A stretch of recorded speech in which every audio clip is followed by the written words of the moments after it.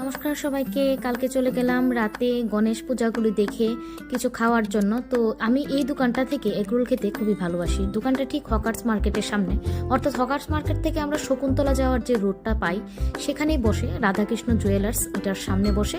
এখানে chop, egg roll, sandwich, ডিম সেদ্ধ সব কিছু পাওয়া যায়। তো আপনারা এই দোকানটা ভিজিট করতে পারবেন। আমার কাছে এই দোকানটা খুবই ভালো লাগে, কারণ এখানে পচা বাসি গন্ধ কিছুই আমি পাইনি কখনো। এত বছর খাচ্ছি কিন্তু আমার কাছে সব কিছু ফ্রেশ লাগে।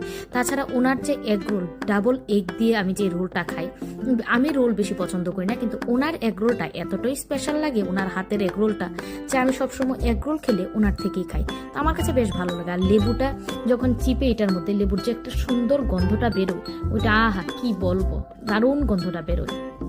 তো প্রিয়াঙ্কা এগরোল সেন্টার এটার নাম।